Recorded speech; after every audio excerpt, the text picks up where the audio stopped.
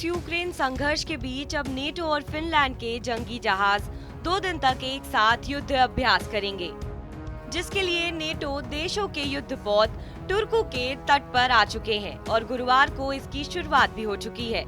पिछले दिनों हुई 40 देशों की बैठक में यूक्रेन को रूस के खिलाफ मजबूती प्रदान करने की बात कही गई थी, जिसकी वजह से नेटो और फिनलैंड के इस साझा युद्ध अभ्यास को और भी ज्यादा अहम बताया जा रहा है। बयान में कहा गया है कि 28 अप्रैल से शुरू होने वाला 2 दिन का ये युद्ध अभ्यास 2022 में नेटो रिस्पांस फोर्सेस में हिस्सा लेने के लिए फिनलैंड के जहाजों को तैयार करेगा और बहुराष्ट्रीय ढांचे में काम करने पर ध्यान केंद्रित करेगा। फिनलैंड की प्रधानमंत्री सना मैरिन ने 13 अप्रैल को कहा था कि उनका देश अगले कुछ हफ्तों में नेटो में शामिल होने के लिए आवेदन करने को लेकर फैसला करेगा, जिस पर रूस ने नाराजगी जताई थी। फिनलैंड और पड़ोसी स्वीडन नेटो के करीबी सहयोगी हैं, लेकिन शीत युद्ध के दौरान सोवियत संघ का मुकाबला करने के लिए 1949 में स्थापित 30 सदस्यीय गठबंधन में शामिल होने से कतरा रहे हैं।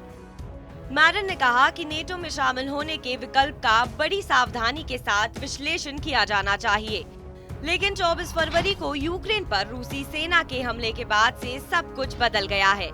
फिनलैंड रूस के साथ 1300 किलोमीटर की जमीनी सीमा साझा करता है। बीते दिनों अमेरिका की बुलाई 40 देशों की बैठक नेटो और फिनलैंड की इस एक्सरसाइज को और ज्यादा महत्वपूर्ण बना देती है। रामस्टाइन एयरबेस पर हुई इस बैठक में यूक्रेन को रूस के हमले के खिलाफ मजबूती बनाने पर चर्चा हुई थी। अमेरिकी रक्षा मंत्री लॉयड ऑस्टिन ने कहा था कि अमेरिका रूस के अवैध हमले के खिलाफ जंग जीतने में यूक्रेन की मदद करना चाहता है। जर्मन सरकार ने भी संकेत दिए थे कि वो यूक्रेन को एंटी एयरक्राफ्ट डिलीवर करेगा और साथ ही साथ यूक्रेन के सैनिकों को आर्टिलरी वेपन्स का इस्तेमाल करने के लिए जर्मनी में ही ट्रेनिंग दी जाएगी। रूस यूक्रेन युद्ध के चलते यूक्रेन के राष्ट्रपति ज़ेलेंस्की लगातार सभी देशों से रूस के खिलाफ आगे आने के लिए कहते रहे हैं और उनके समर्थन के लिए आग्रह भी करते रहे हैं।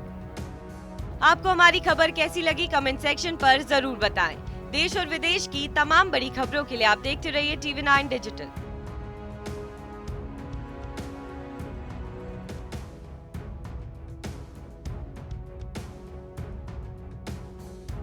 देश बनता है अपने नागरिकों से, ऐसे नागरिक जो अधिकार के साथ कर्तव्य पर भी ध्यान दें, जो सच्चाई का आदर करें लेकिन असत्य से लड़ना भी सीखें, जो सिर्फ जानकार न बने बल्कि जागरूक भी रहें। इस काम में TV9 डिजिटल है आपका मददगार लगातार, ताकि आप भीड़ का हिस्सा न बने बल्कि राह दिखाएं भीड़ को। देखते रहिए TV9 डिजिटल।